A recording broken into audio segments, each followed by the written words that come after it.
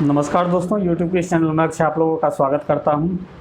आज साइंस की पहली कड़ी है और इसमें आज वैसे क्वेश्चंस को लाया हूं जो बीपीएससी के द्वारा विगत वर्षों में पूछा गया है।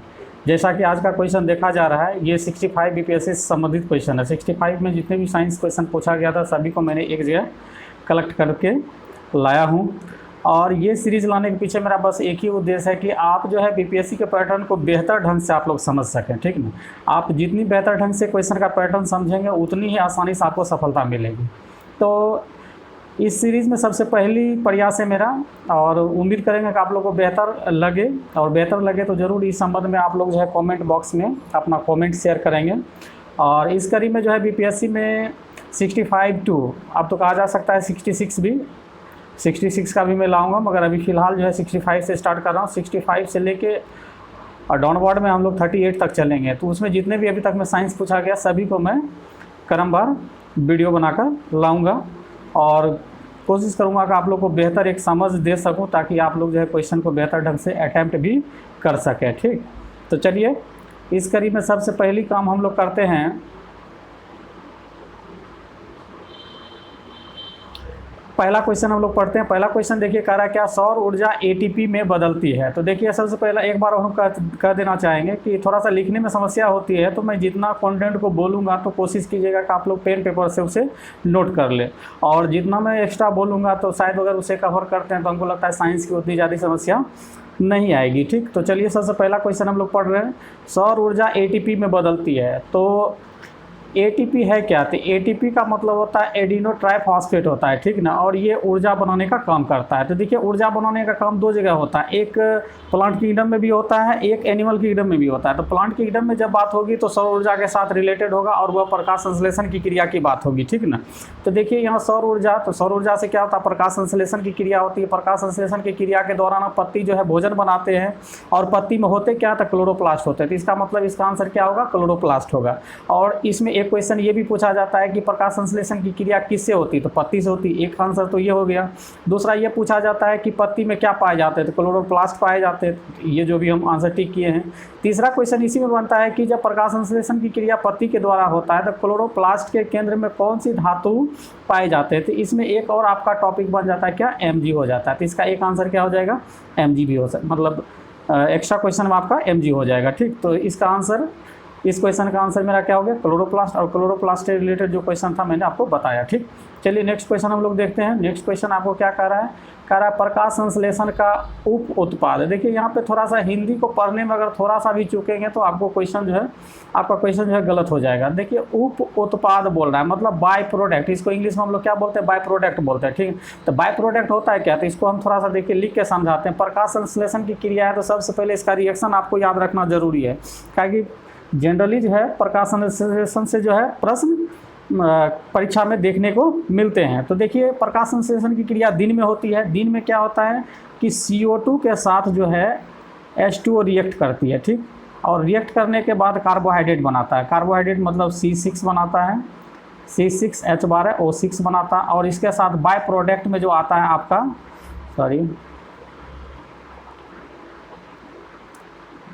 CO2 के साथ रिएक्ट करता है कौन, H2O रिएक्ट करता है, और क्या बनाता है, कार्बोहाइड्रेट बनाता है, C6H12 और O6 बनाता है। और इसके साथ बाय प्रोडक्ट में जो आती है, तो बाय प्रोडक्ट में आपका एक H2O आता है, और इसके साथ में क्या आता है, H2O लिखे हैं, ठीक ना, और दूसरा क्या आता है, O2 आता है। तो देखिए कार्बोहाइड्रेट के अलावा जो भी प्रोडक्ट होगा वो बाय प्रोडक्ट कहलाता है, ठीक ना। तो बाय प्रोडक्ट में देखिए, अगर इसमें ऑप्शन देखिएगा तो CO2 दिया है, O2 दिया है, ऊर्जा दिया है, शर्करा दिया है। शर्करा मतलब ये कार्बोहाइड्रेट, ग्लूकोज होता है, ठीक ना। अगर इसमें सीधा क्वेश्चन पूछता है कि प्रकाश संश्लेषण का उत्पाद होता है तो इसका आंसर डी हो जाता, मगर यहाँ बाय प्रोडक्ट पूछ रहा है इसलिए इसका आंसर क्या होगा, ये ऑक्सीजन हो जाएगा। तो इसका आंसर क्या होगा, बी होगा। ठीक, चलिए नेक्स्ट क्वेश्चन हम लोग देखते हैं। नेक्स्ट क्वेश्चन आपसे कह रहा है 3 नंबर में कि हड्डियों की पढ़ाई, तो हड्डी बोन्स के बारे में जो स्टडी करते हैं उस विज्ञान की ब्रांच को हम लोग क्या कहते हैं, तो उसको हम लोग क्या कहते हैं, ऑस्टियोलॉजी बोलते हैं। उसको हम लोग क्या बोलते हैं, ऑस्टियोलॉजी बोलते हैं। अब इसके बाकी शेष ऑप्शन पे हम लोग देखते हैं। देखिए सेरोलॉजी, सेरोलॉजी जो है सीरम से संबंधित है। सीरम मतलब क्या हो गया, ब्लड। ब्लड से संबंधित जो भी अध्ययन होगा, सीरम से संबंधित जो भी अध्ययन होगी वो क्या कहलाएगा, सेरोलॉजी कहलाएगा। जियोलॉजी, जियो से आपको क्लियर ही है कि पृथ्वी के भूगर्भ का अध्ययन किया जाता है, उसे हम लोग क्या बोलते हैं, जियोलॉजी बोलते हैं। ठीक, नेक्स्ट ऑरोलॉजी, वेरी वेरी इंपॉर्टेंट। ऑरोलॉजी क्या होता है? स्टडी ऑफ माउंटेन कहलाता है, ठीक ना, मतलब जिसमें पर्वतों का अध्ययन किया जाता है उसे ऑरोलॉजी कहा जाता है।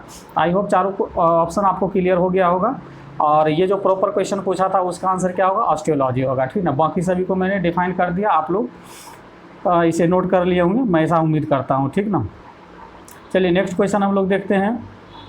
नेक्स्ट क्वेश्चन आपसे 65 में पूछा गया था कि पानी का पीएच मान क्या होता है। तो सबसे पहले बिलियन के बारे में समझिए कि बिलियन कितने प्रकार के होते हैं। तो बिलियन जो है जनरली 3 प्रकार के होते हैं, ठीक ना। तो इसको हम पीएच स्केल पे देखते हैं। किस पे देखते हैं?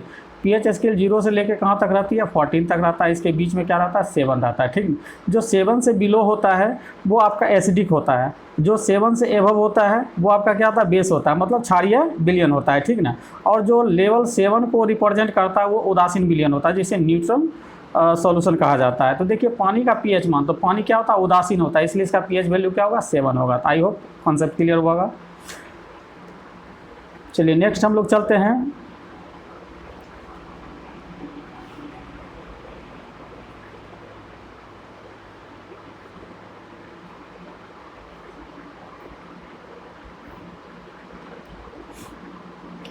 नेक्स्ट क्वेश्चन है ऑक्सीजन अनुपस्थित होती है। Very very important question. Oxygen अनुपस्थित होती है मतलब ऐसे कौन से पदार्थ है जिसमें ऑक्सीजन क्या रहते हैं? अनुपस्थित रहते हैं, ठीक ना। इसको हमको बताना है। तो ऑक्सीजन देखिए आपको केरोसिन, मिट्टी की तेल में क्या होते हैं? अनुपस्थित होते हैं। और ये लूसेंट में भी इसकी वर्णन की गई है। अगर आप उसका ऑब्जेक्टिव टाइप बनाए होंगे तो शायद दूसरा या तीसरा नंबर क्वेश्चन यही है, ठीक ना। चलिए नेक्स्ट क्वेश्चन हम लोग देखते हैं। करा कि 63 में कि कौन सा एक तत्व, तो देखिए 63 पे नहीं जाइएगा क्योंकि हम जो क्वेश्चन बैंक से इसको स्कैन किए हैं तो उसका अपना नंबर ये 63 था, ठीक ना। हम साइंस के अकॉर्डिंग चल रहे हैं, तो आप देखिएगा कितना नंबर चल रहा है। तो करा निम्नलिखित में कौन सा एक तत्व नहीं है? तो सबसे पहले तत्व, तो तत्व का वर्गीकरण जब किया गया था तो तत्व को 3 रूप में वर्गीकरण किया गया था, ठीक ना। तो एक धातु के रूप में किया गया था, एक अधातु के रूप में किया गया था, और दोनों का जो नेचर को रखता था उसे हम लोग उपधातु के रूप में रखा गया था, ठीक ना। उसको किस में रखे थे? उपधातु में। तो कहने का मतलब कौन सा एक तत्व का अंग नहीं है? तो धातु तो है ही, अधातु भी है, उपधातु भी है, तो इसका मतलब कौन नहीं है? गैस नहीं है। तो यही इसका आपका परफेक्ट आंसर होगी, ठीक। चलिए नेक्स्ट हम लोग चलते हैं। 64 में कह रहा है ग्रीन हाउस का मुख्य घटक कौन सी है? तो देखिए ये बीपीएससी जो है कंटिन्यू 64 में भी पूछी थी और 65 में पूछी है, ठीक ना।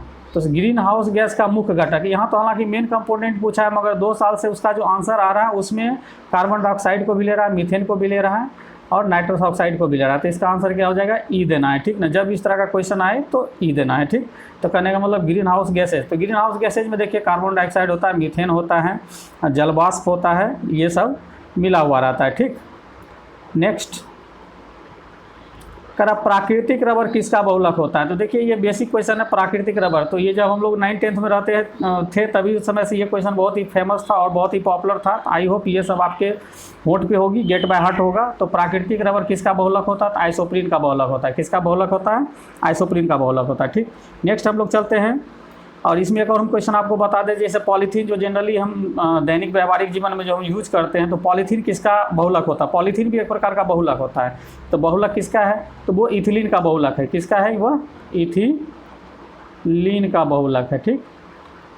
अब समझना है कि बहुलक क्या है। तो बहुलक क्या होता है? देखिए कि जब छोटे छोटे अणु मिल के बड़े अणु का निर्माण करता है तो उसी को हम लोग क्या कहते हैं? बहुलक कहते हैं, ठीक। सिंपल परिभाषा है। चलिए नेक्स्ट हम लोग चलते हैं।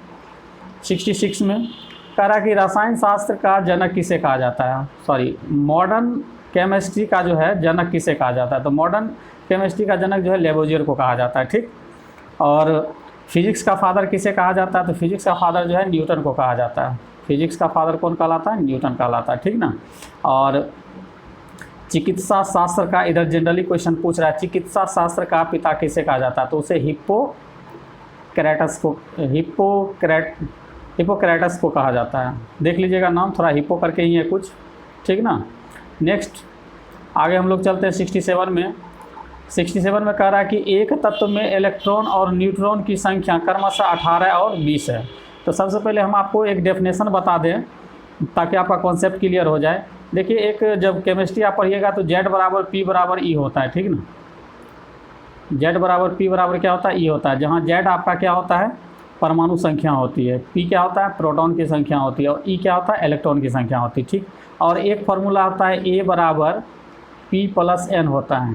इसका मतलब ये हुआ कि जब कोई एटम है तो एटम के नाभिक में जो चीज़ पाया जाता है, एटम के नाभिक में जो पाया जाता है तो क्या पाया जाता है एटम के नाभिक में, तो P+N पाया जाता है। तो यही P+N मिल के जो है एटॉमिक नंबर को क्या करता है, रिप्रेजेंट करता है। ठीक, तो अब यहाँ पे हम देखते हैं क्या आपसे क्वेश्चन पूछा है कि इलेक्ट्रॉन की संख्या E बराबर आपको कितना दे दिया है, 18 दे दिया है, और न्यूट्रॉन की संख्या N आपको दे दिया है कितना, 20 दे दिया है। तो आप एक फार्मूला को यूज कीजिएगा, Z बराबर क्या, P बराबर क्या होता है, E होता है। तो कहने का मतलब अगर E आपका 18 हो गया तो P भी क्या होगा, 18 ही होगा, P भी क्या होगा, 18 होगा।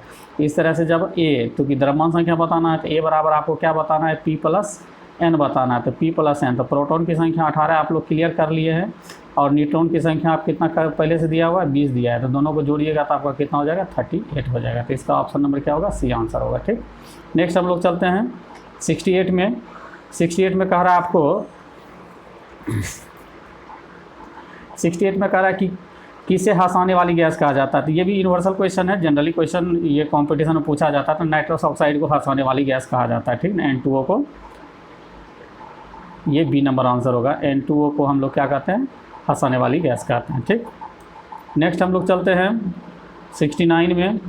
69 में आपसे पूछा है कि निम्नलिखित में से किस राशि का मात्रक नहीं होता है। तो देखिए जो भी रेशियो होता है, रेशियो का मात्रक नहीं होता है।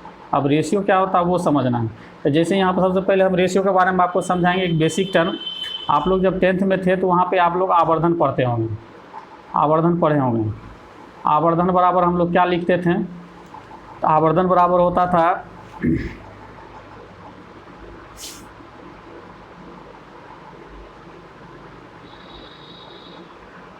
आवर्धन भी एक प्रकार का क्या है, रेशियो ही होता था, जो कि आपका प्रतिबिंब की इमेज बटे वस्तु की इमेज होता था। ठीक ना, तो दोनों का जब प्रतिबिंब की हाइट हो गई या वस्तु की भी हाइट हो गई, तो दोनों हाइट को अगर मीटर में मेजरमेंट करेंगे तो दोनों का यूनिट मीटर आएगा, और मीटर कैंसिल हो जाएगा तो 1 हो जाएगा। तो जो कांस्टेंट 1 है इसका कोई यूनिट नहीं होता है। इसी तरह का जो रेशियो होता है तो उसका यूनिट लिखा नहीं जाता है। तो ये जो विकृति है, तो विकृति भी एक प्रकार का क्या है, रेशियो है। तो रेशियो क्या है, तो जब जैसे मान लेते हैं कि ये लंबाई है, ठीक ना, ये कैपिटल L लंबाई था, मगर इसको हम लोग क्या किए, थोड़ा सा स्ट्रेच किए और इसमें स्मॉल l की क्या कर दिए, वृद्धि कर दिए। तो यही है, स्मॉल l बटे कैपिटल L को ही हम लोग क्या कहते हैं, एक्सटेंड कहते हैं, मतलब विकृति कहते हैं। ठीक ना, तो देखिए L का जब मात्रक हम लोग मीटर लिखेंगे और कैपिटल L का वो भी लेंथ है तो मीटर लिखाएगा, मीटर कैंसिल हो जाएगा एक, तो ये भी मेरा क्या हो जाता है, यूनिट लेस हो जाता है। ठीक ना, तो इसका आंसर क्या हो जाएगा, आपका C नंबर हो जाएगा। इसका आंसर क्या होगा, C। चलिए नेक्स्ट हम लोग चलते हैं।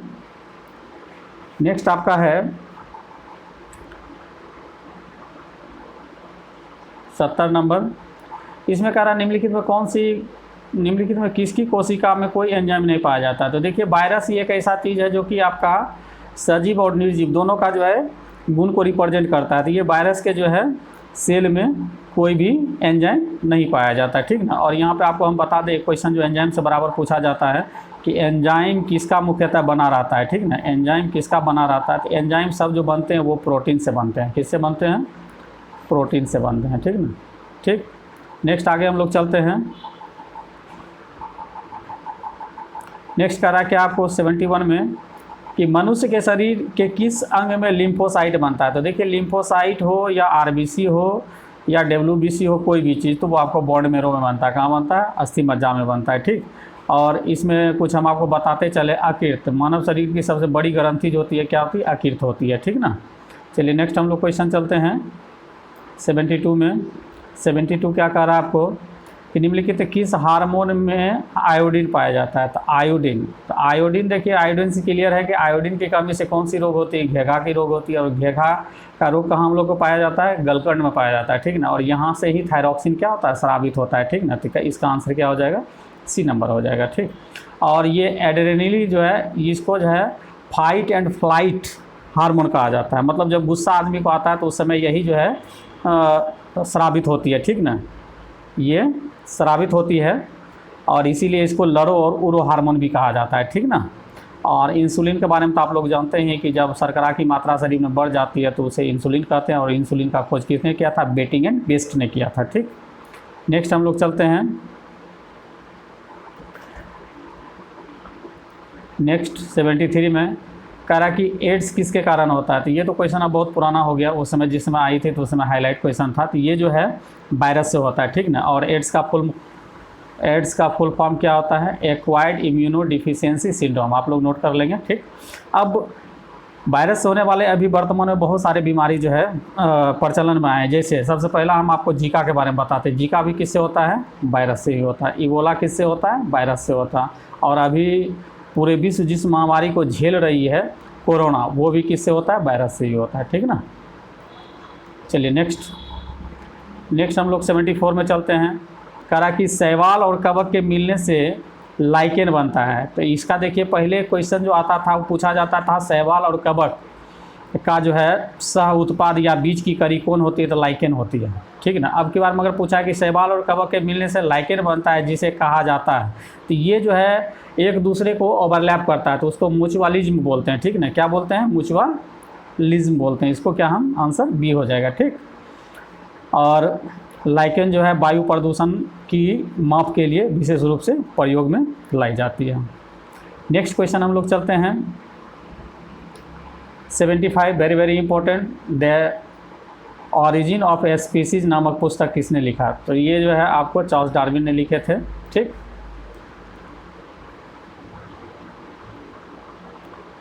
यहाँ पे देखिए कह रहा है नेक्स्ट 76 में कि CO समूह। तो CO क्या है, तो ये सबसे पहले बता दें, ये कीटोन ग्रुप है। क्या है ये, कीटोन ग्रुप है।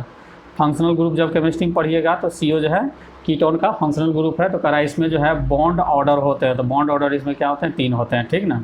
जैसे आप लोग पढ़े होंगे OH किसका होता है, अल्कोहल का होता है। CHO क्या होता है, अल्डिहाइड होता है, ठीक ना। इसी तरह का ये फंक्शनल ग्रुप है, ठीक। नेक्स्ट हम लोग चलते हैं 77, ग्लूकोज। देखिए यही ग्लूकोज है जिसको हम लोग 2-3 नाम से जानते हैं। ग्लूकोज को एक नाम और देते हैं, शर्करा इसे बोला जाता है। क्या बोला जाता है, शर्करा भी बोलते हैं, या इसी को हम लोग कार्बोहाइड्रेट भी बोलते हैं। इसी को हम लोग क्या बोलते हैं, कार्बोहाइड्रेट बोलते हैं, ठीक ना, कार्बोहाइड्रेट बोलते हैं।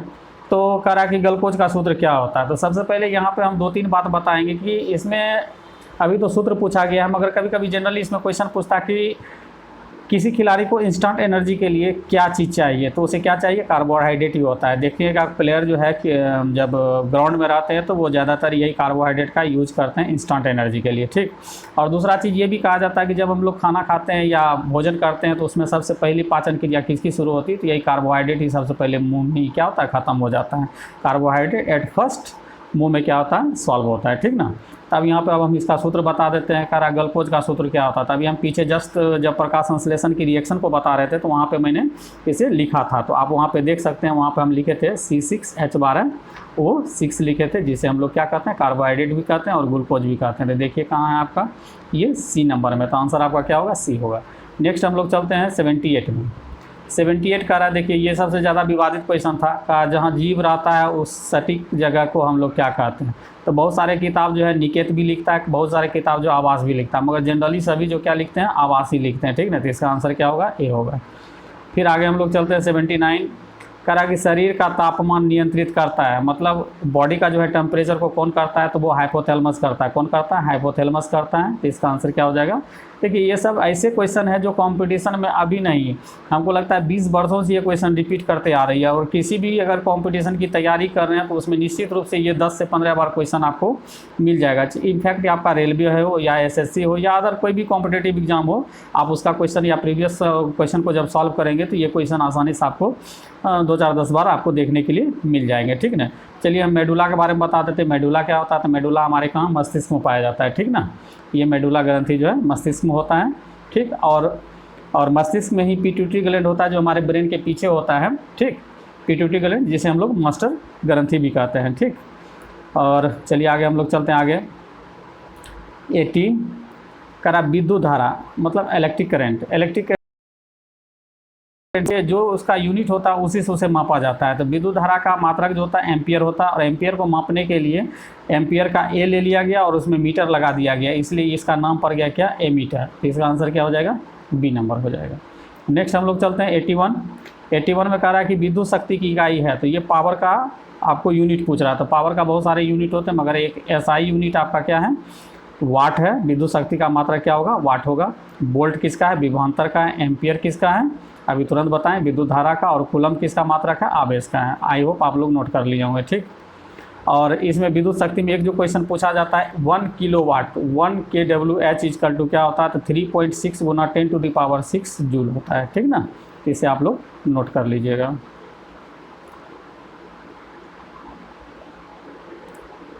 नेक्स्ट 82 नंबर में हम लोग चल रहे हैं। कह रहा कि वायु में ध्वनि तरंग होती है। तो देखिए वायु में ध्वनि तरंग चाहे कहीं भी पूछा जाए तो आपका ध्वनि तरंग हमेशा क्या होता है, अनुदैर्ध्य होता है। तो अनुदैर्ध्य हमेशा इसे माने, ठीक। 83 कह रहा 50 डिग्री सेल्सियस का मान फ़ारेनहाइट स्केल पे क्या होगा।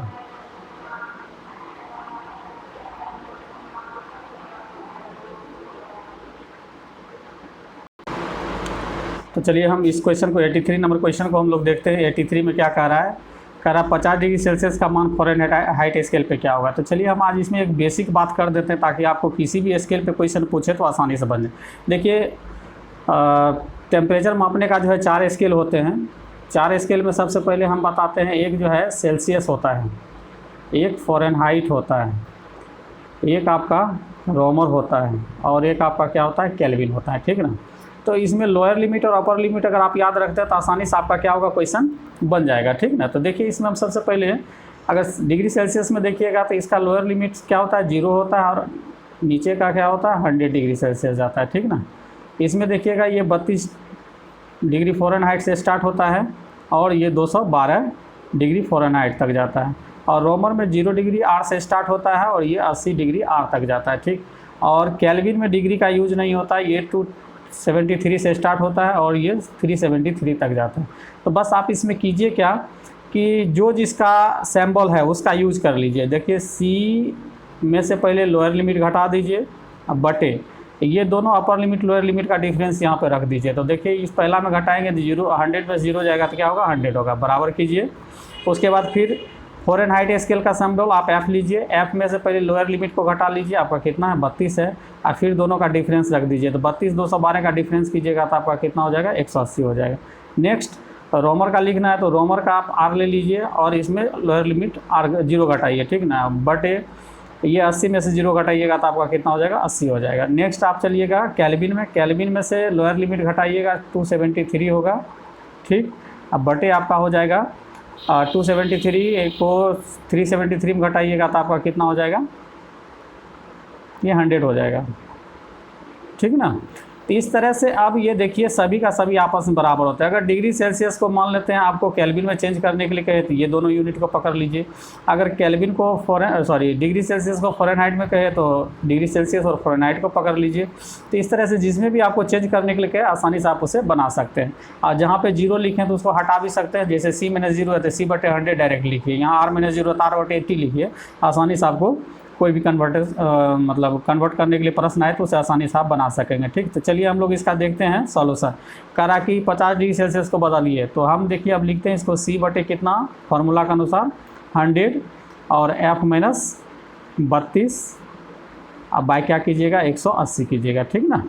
तो ये 5 टाइम्स में कैंसिल हो जाएगा और ये 9 टाइम्स में कैंसिल हो जाएगा, 20 से हम लोग काट रहे हैं, ठीक ना। और ये जो 50 डिग्री सेल्सियस है C की जगह पुटअप कर दीजिए, तो 50 अब बटे हो जाएगा कितना, 5 बराबर F हमको निकालना है तो F माइनस 32 बटे कितना हो जाएगा, 9 हो जाएगा। इसको 5 से 50 को काटिएगा, 10 टाइम्स में कैंसिल हो जाएगा, ये 9 आकर यहाँ 10 से मल्टीप्लाई होगा तो आपका कितना हो जाएगा, implies that F minus 32 equal to हो जाएगा कितना, 90। इसलिए F बराबर जब माइनस 32 उधर जाएगा तो ऐड हो जाएगा 90 प्लस आपका कितना हो जाएगा, 32 हो जाएगा। तो इसको जोड़ेंगे तो 2 और 9 3 12 122 फ़ारेनहाइट हो गया। तो देखिए 122 फ़ारेनहाइट आपका बी में है, तो इसका रिक्वायर्ड आंसर क्या होगा, बी होगा, ठीक ना। तो चलिए आगे हम लोग देखते हैं। 84 यूनिट से क्वेश्चन पूछा है हर्ट्ज। तो हर्ट्ज किसका, तो हर्ट्ज का सिंबल जो होता है Z होता है और ये फ्रीक्वेंसी का होता है, ठीक ना। ऊर्जा का क्या होता है, जूल होता है, ठीक ना। और ऊष्मा का भी क्या होता है, जूल ही होता है, ठीक। गुणवत्ता का आई हो नहीं,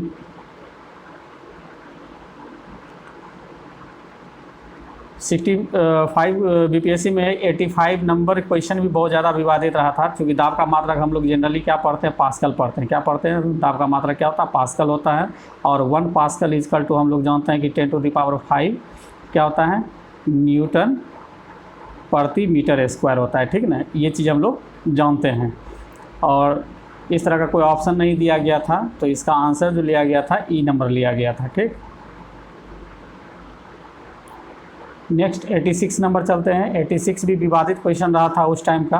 कह रहा सूर्य का प्रकाश पृथ्वी तक पहुंचने में कितना समय लेता है, तो 8.2 मिनट लगता है। तो 8.2 ऑप्शन नहीं था, इसलिए इसका आंसर भी क्या रखा था, ई रखा था, ठीक। ऐसे जनरली बहुत सारे किताब 8 मिनट को भी कवर कर लेते हैं, मगर बीपीएससी से नहीं मानी थी और इसका आंसर जो है 8 पॉइंट समथिंग दिया था, इसलिए इसका आंसर क्या लिया था, ई लिया था, ठीक। नेक्स्ट हम लोग चलते हैं, लास्ट क्वेश्चन है आपका।